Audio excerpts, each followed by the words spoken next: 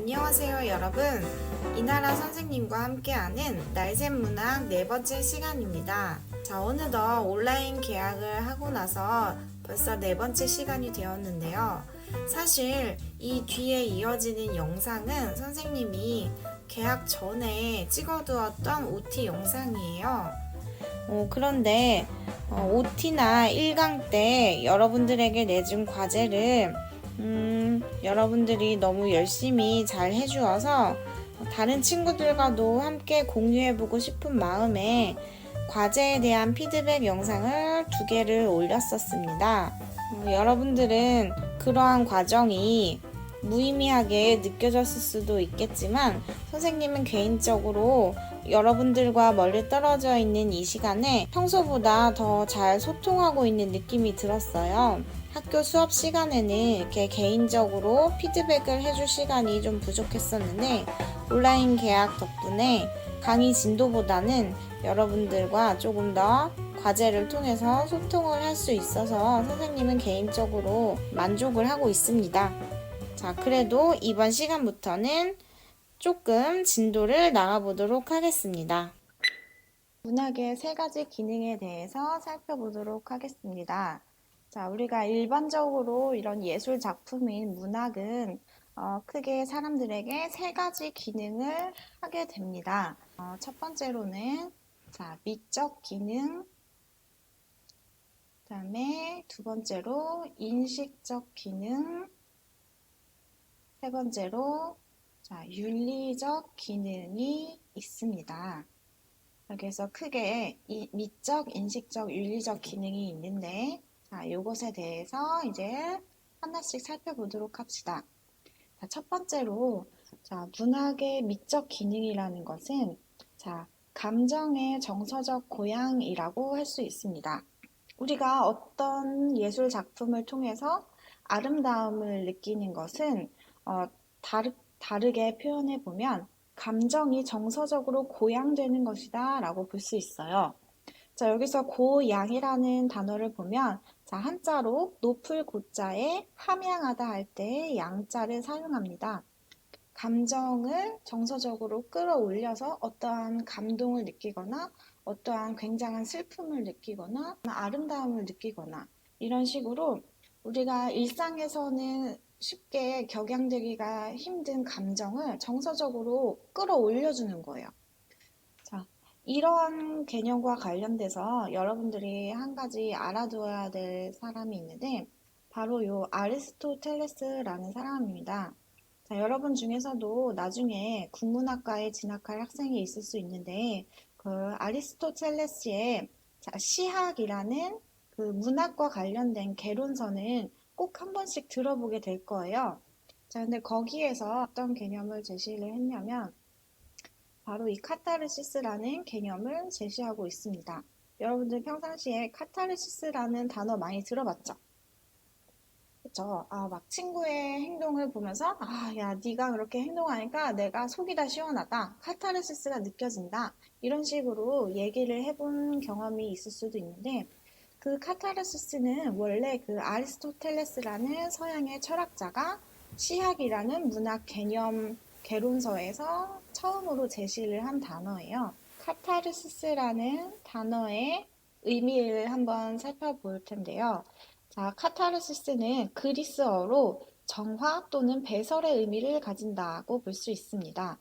여기서 정화되었다라는 것, 그 다음에 배설이라는 개념이 나오고 있는데, 정화라는 거는 뭐죠? 그쵸. 깨끗해진다는 거죠. 우리가 물을 정화시켜서, 정수시켜서 깨끗한 물을 먹듯이 정화라는 것은 깨끗해지는 것을 의미합니다. 또 배설. 여러분들 오늘 하루 아침 시작을 모닝 배설로 시작을 하셨나요? 네, 우리가 모닝똥이라는 단어로 또 재미있게 내 신체에 쌓인 노폐물들을 흩어지는 거예요. 그래서 이 카타르시스라는 단어는 정화 또는 배설의 의미를 가지고 있는데 우리가 이것을 문학적인 용어로 사용될 때는 이 배설은 당연히 아니겠죠. 배설보다는 어떤 정화라고 볼 수가 있어요.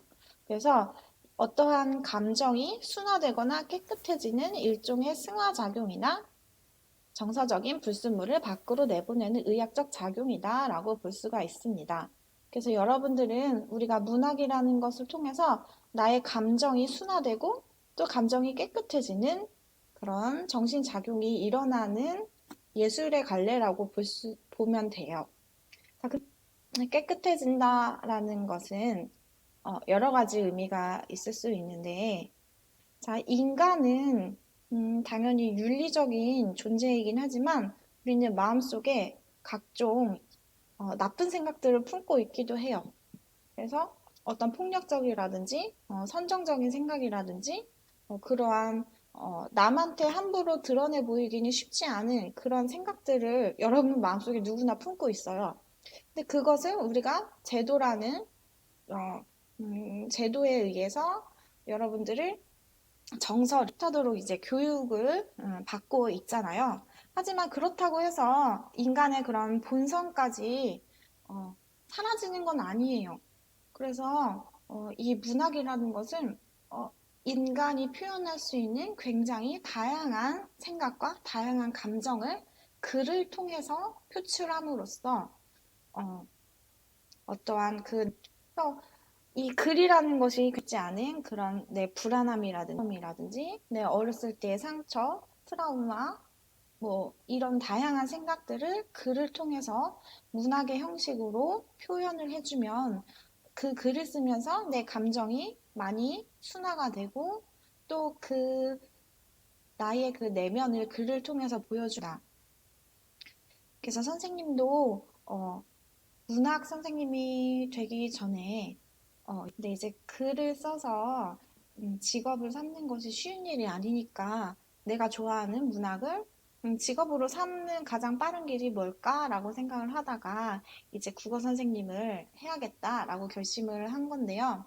선생님이 또 이번에 코로나 사태 때문에 여유 시간이 많아지면서 그동안 굉장히 해보고 싶었던 소설 쓰기 작업을 처음으로 완성을 해봤어요. 근데 선생님이 이제 물론 완성도는 없는 소설이라서 여러분들한테 보여줄 순 없지만 내 머릿속에만 중구난방으로 떠돌던 생각들을 어떤 인물을 창조해내고 그 인물이 어떤 사건을 겪고 그 사건을 통해서 어떠한 변화와 깨달음을 얻어가는 그런 구조의 소설을 쓰고 나니까 선생님 마음이 굉장히 후련해지는 기분을 경험을 했거든요. 그래서 이 문학이라는 것은 뭔가 인간의 억눌린 감정과 생각을 밖으로 표출시켜 줌으로써 뭔가 인간 정신을 자유롭게 한다, 해방한다라는 생각을 하게 되었어요. 그런데 이번에 수업을 준비하면서 다른 자료를 찾다가 선생님이랑 비슷하게 얘기하는 그런 문학자가 있어서 그 사람의 말을 또 소개시켜 주려고 합니다. 자, 이번 분은 이제 사르트르라는 사람인데요.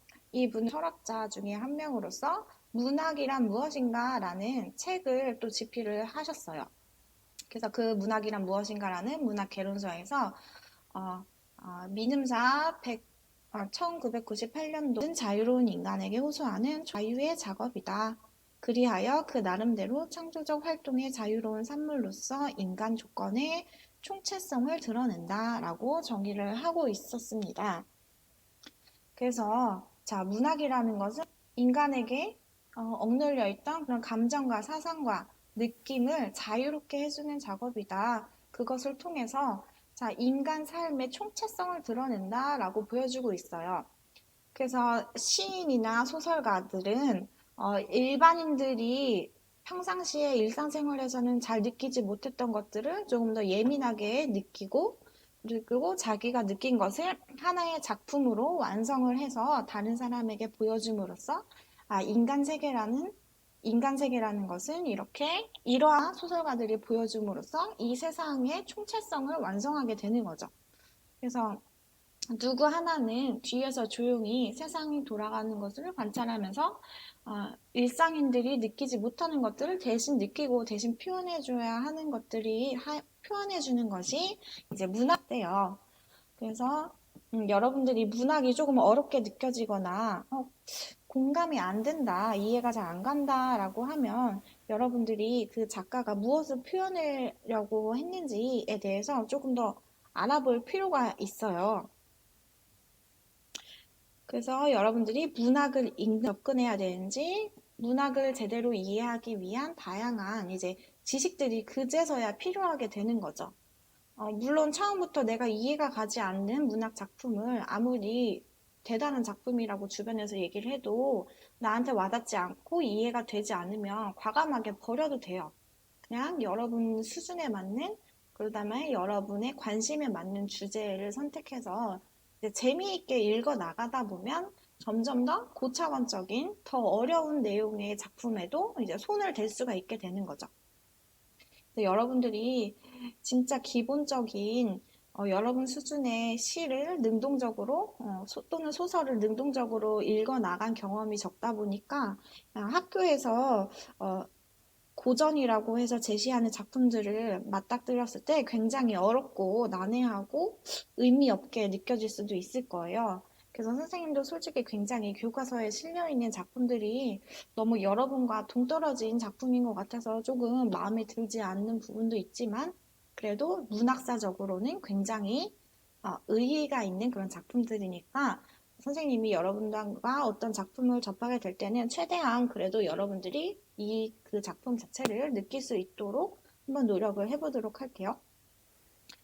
자, 그러면 이제 이제 두 번째로 문학의 인식적 기능에 대해서 살펴보도록 하겠습니다. 자, 여러분 교과서 8페이지에 네 번째 줄에 한번 볼게요. 자, 문학은 인간 세계에 대한 이해를 돕고, 자, 거기 밑줄 치시고 인식적 기능이라고 쓰시면 됩니다.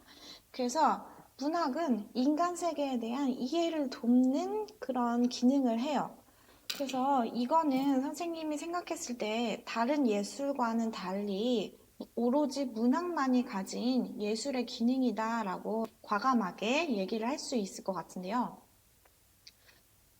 네, 선생님이 최근에 읽은 소설 중에 자, 김세희 작가의 가만한 나날이라는 소설을 자, 읽게 됐거든요.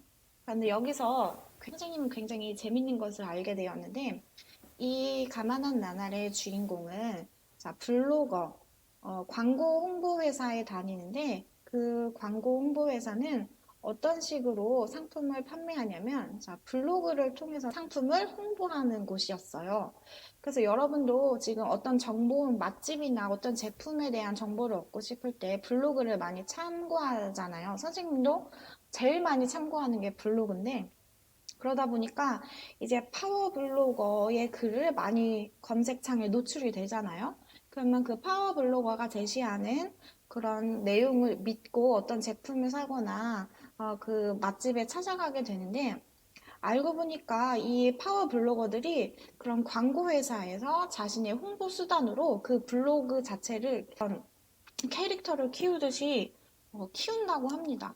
그래서 내가 마치 그냥 일반인인데 내가 블로거를 하는 사람처럼 이제 일상적인 이야기도 하는 와중에 중간중간 내가 이 제품을 써봤는데 너무 좋더라. 이런 식으로 글을 쓰게 되면은 그것을 보는 사람들은 이게 그냥 회사의 홍보가 아니라 진짜 일반인의 경험이구나라고 생각을 해서 그 제품을 소비하는 경향이 있는데 사실 알고 보니 그런 블로그의 대다수가 기업에서 운영하는 홍보용 채널이었다라는 것을 이제 이 소설의 주인공이 그런 직업을 하게 되면서 선생님은 그러한 사실을 새롭게 알게 됐어요. 그래서 내가 이 소설 작품을 읽어보지 않았다면 여전히 블로그에 있는 글을 맹신하면서 살았을 텐데, 이 작품을 읽은 후로는 개인 블로그인 것 같아 보여도 이게 사실은 광고일 수 있겠구나라는 생각을 하고 조금 더 비판적으로 블로그 글을 보기 시작했어요. 그래서 이런 것처럼 선생님은 소설을 통해서 인간 세계에 대한 내가 몰랐던 세상에 대해 깨닫게 된 경험이 최근에 있었어요. 자, 그래서 두 번째 과제를 제시하겠습니다. 그래서 여러분들이 예술 작품을 통해 새롭게 알게 된 내용이 있다면 어떤 작품이고 그 작품에서 무엇을 알게 되었나요?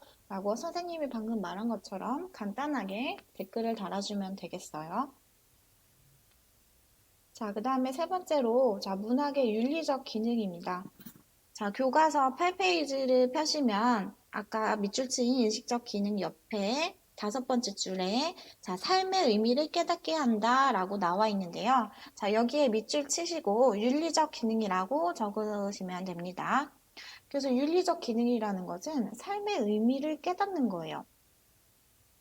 자, 여러분은 아직 삶을 뭐 17년, 18년 정도밖에 살지 않아서 삶이란 무엇인가에 대해서 진지하게 생각해 보기는 쉽지 않은 나이예요. 선생님도 그랬고, 여러분도 아마 마찬가지일 텐데, 어른들이 보통 그렇게 얘기를 하죠. 니들 나이가 지금 제일 좋을 때다라고 얘기를 하는데, 선생님도 어렸을 때 그런 얘기를 들으면서 컸지만, 성인이 되어 보니까 그 말이 진짜 맞더라고요.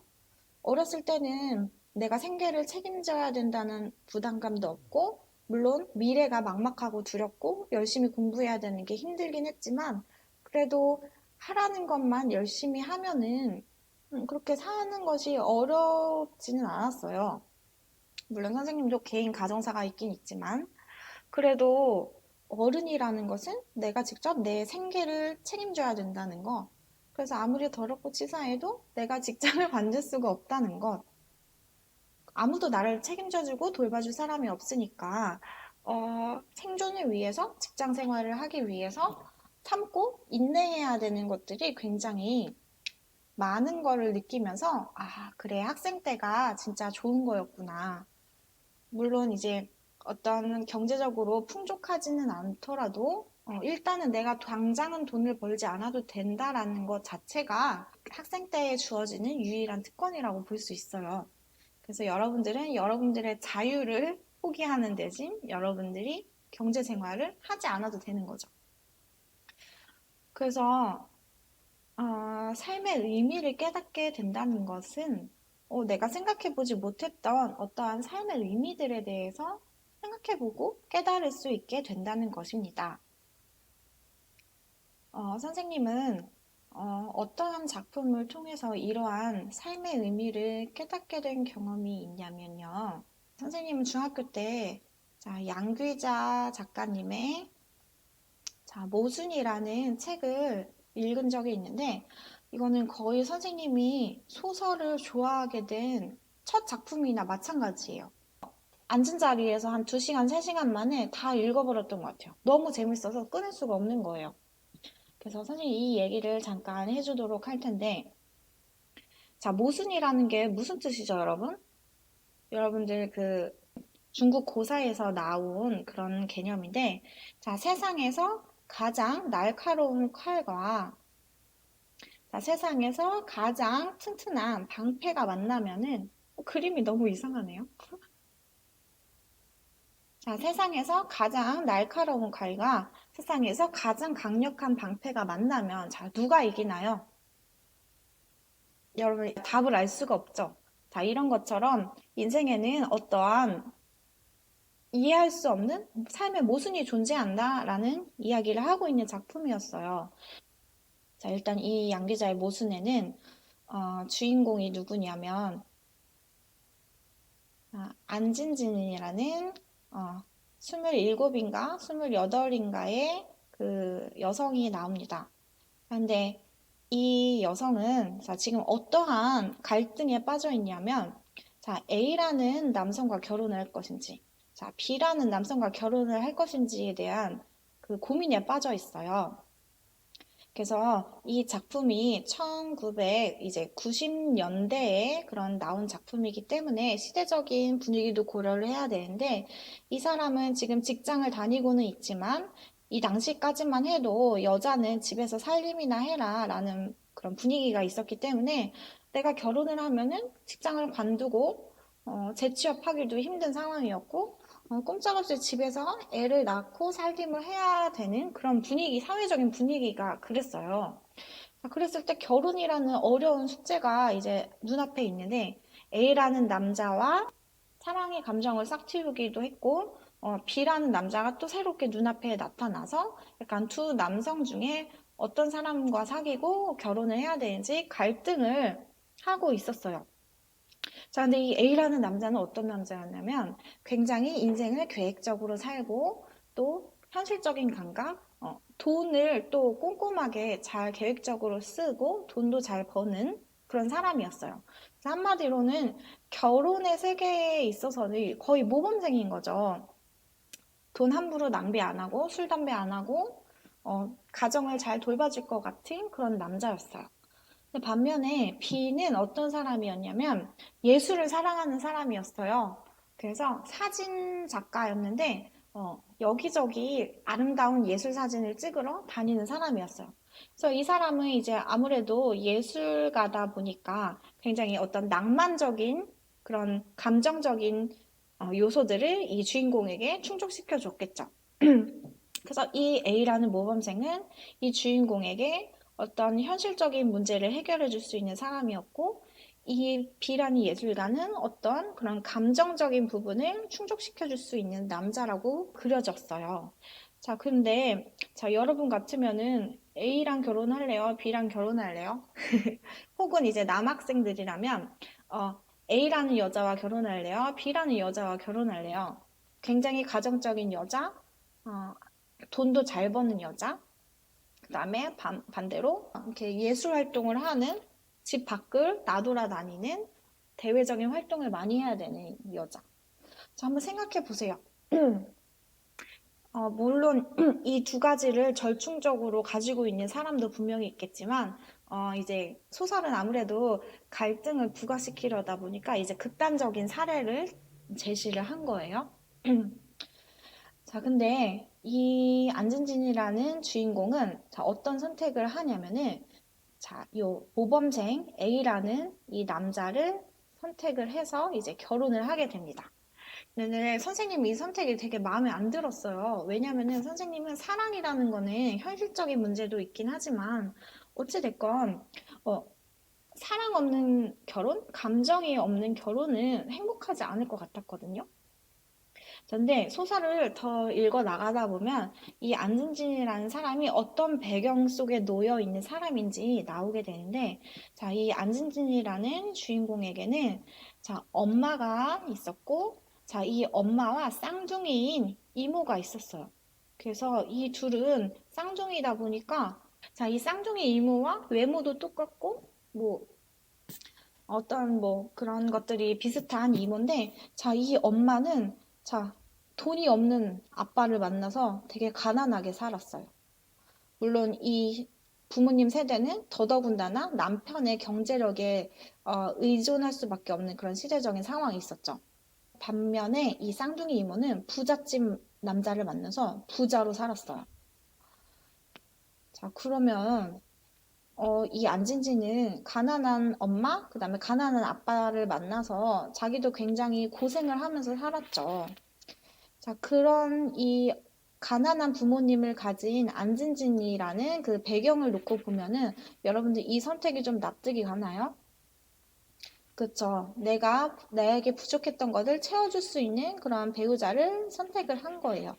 근데 선생님이 여기에서 또 왜, 그럼에도 불구하고 왜 마음에 안 들었냐면, 자, 이 엄마는 겉으로만 봤을 땐 불행한 사람인 거고, 이 조건들만 봤을 때는 이 쌍둥이 이모는 행복한 사람이어야만 해요.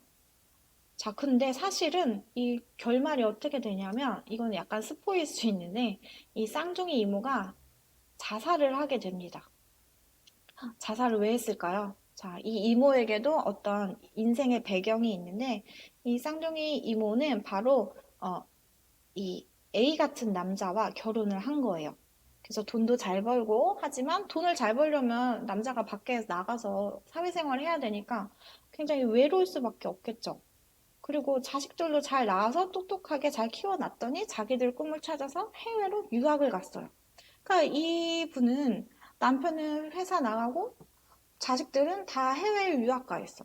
집에 항상 혼자인 거예요. 너무 외로울 것 같지 않나요?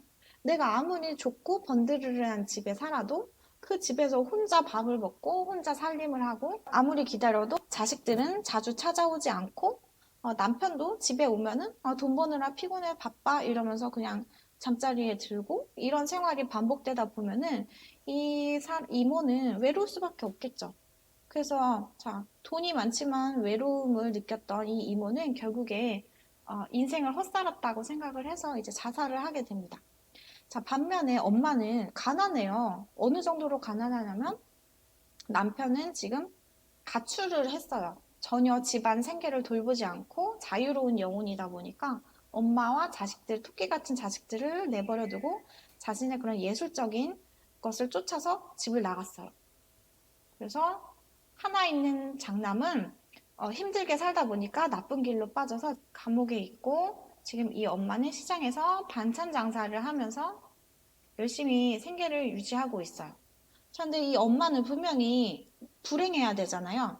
자, 하지만 이 엄마는 감옥에 있는 아들을 옥바라지를 해야 되고 또 자기 본인도 먹고 살아야 되니까 반찬 장사를 하고 또 하나 있는 딸은 결혼을 시켜야 되는데 뭐 집은 마련해주지 못하더라도 혼수라도 장만을 해줘야 되니까 돈 버느라 바빠요. 근데 또 이제 반찬 장사를 하다가 이제 일본인들을 상대로 하는 반찬 장사가 호황을 누린다라는 정보를 접하고 일본인들한테 반찬을 잘 팔기 위해서 막 일본어도 열심히 공부하고 엄청 열심히 바쁘게 사세요. 그래서 이 엄마는 가난하지만 내 이 가난한 환경 속에서도 열심히 딸 자식, 아들을 먹여 살리려고 열심히 살아요. 그래서 이거는 힘들지만 그래도 불행하지는 않았던 거죠. 물론 경제적인 게 너무 불행할 수도 있지만 이 엄마에게는 자식들이 있어서 어떤 살아갈 힘을 얻을 수가 있었어요. 그래서 우리가 겉으로만 보여지는 이런 현실적인 조건이 중요한 게 아니라 내가 내적인 만족감을 얻고 삶의 의미를 찾아서 사는 삶이 더 행복하다고 볼 수가 있는데 이 주인공은 이모가 그렇게 외로움 속에서 자살한 것을 보고도 그러한 모습을 보고도 이 현실적인 조건을 선택해서 결혼을 하는 거였어요. 어때요? 여러분 이해가 가나요? 이 주인공의 선택에? 이거는 그 삶의 현장에 놓인 사람만이 납득할 수 있는 그런 선택이라는 생각이 들어요. 이거는 선생님 선택은 또 다를 수 있고, 여러분도 선택이 다를 수도 있고, 뭐 요즘에는 꼭 굳이 결혼을 안 해도 되는 그런 비혼의 분위기가 또 있다 보니까 어떤 이 주인공이 지금 2020년대에 살았다면 이런 갈등 없이 그냥 내가 돈 벌어서 내가 좋아하는 사람이랑 평생 연애만 하면서 살지 뭐 이렇게 생각을 하고 또 아예 갈등을 일으키지 않을 수도 있는데 이 사람은 1990년대의 시대 속에 놓인 인물이고 그런 결혼을 해야만 하는 사회적인 분위기 속에 놓여 있는 사람이었기 때문에 이런 갈등을 할 수밖에 없었던 거죠. 그래서 우리가 이러한 한 편의 작품을 통해서 인생의 의미란 무엇인가, 결혼의 의미란 무엇인가, 내가 앞으로 어떠한 가치를 추구하면서 살아갈 것인가, 이러한 것들을 총체적으로 또 보여줄 수가 있는 거예요. 그래서 선생님은 이 작품을 보고 이 주인공의 선택이 굉장히 안타까우면서도 모순적이지만 그럴 수도 있겠다라는 생각을 하면서 굉장히 삶의 의미에 대해서 생각해 보게 되었어요. 자, 그러면 선생님이 열심히 떠들었는데 오늘 수업을 한번 정리를 해보도록 할게요. 자, 첫 번째로 문학의 세 가지 기능에는 미적 기능, 인식적 기능, 윤리적 기능이 있는데 첫 번째로 미적인 기능은 어떤 아름다운 감정을 느끼고 억눌린 불안한 감정들을 표현을 함으로써 감정이 순화되고 깨끗해지고 이렇게 감정적으로 고양이 되고 깨끗해지는 것을 미적인 기능이라고 합니다. 그 다음에 두 번째로 문학의 인식적 기능은 인간 세계에 대한 이해를 돕는다. 그래서 새롭게 알게 된다라는 거예요. 새롭게 알게 됨. 이거는 이제 지식적인 측면이 될 수가 있겠죠. 그 다음에 세 번째로 윤리적 기능은 삶의 의미를 깨닫게 한다. 그래서 의미를 깨닫게 된다는 것은 이것도 새롭게 알게 되는 거지만 어떤 면에서는 이거는 이제 마음과 관련된 지식이라고 볼 수가 있어요. 자, 여러분 1학년 때 정호중 시인의 슬픔이 기쁨에게 라는 시 배웠었죠? 자, 우리가 그 시가 굉장히 대표적이라고 할 수 있는데 슬픔이 기쁨에게 나는 이제 너에게도 슬픔을 주겠다라고 얘기하는 것을 통해서 혼자만 이기적으로 행복한 기쁨은 결코 좋은 것이 아니고 오히려 힘든 사람들 옆에서 조용히 같이 울어주고 손잡아줄 수 있는 그런 슬픔이 힘이 더 세다라고 얘기를 하는 그런 작품을 통해서 우리가 어떠한 그런 윤리적인 가치를 마음으로 깨달았나요? 그쵸. 바로 소외된 사람들과 함께 정을 나누고 사회적인 약자에 대해서 관심을 보여야 한다라는 그런 윤리적인 내용에 대해서도 깨닫게 되었잖아요. 자, 하지만 이것은 선생님이 강의 처음에 선생님의 철학을 얘기할 때도 얘기했듯이 그냥 지식적으로 아는 것은 아무런 쓸모가 없어요. 여러분들이 그 시에 표현된 길거리에서 살아온 추위가 떨고 있는 할머니에게서 안타까운 마음을 느낄 수 있어야 되고, 얼어 죽은 동사자가 사회적인 무관심 속에서 다시 얼어 죽는 그 상황을 보면서 마음으로 느끼고 깨닫게 되어야 되는 것이죠. 그래서 선생님은 여러분들이 오늘 수업 시간을 통해서 문학은 아름다움을 느끼게 해주고 어떠한 몰랐던 사실을 알게 해주고 어떠한 마음속의 깨달음을 얻게 해주는 그런 기능을 한다라는 것을 머릿속에 잘 넣어주면 좋을 것 같아요. 자, 그러면 여러분 오늘 너무 수고 많았고 다음 시간에는 첫 번째 작품이죠. 이거 선생님이 너무 좋아하는 시인데 김영랑 시인의 모란이 피기까지는 이라는 시를 학습하게 될 거예요. 그래서 기대감을 가지고 우리 다음 시간에 건강한 모습으로 만나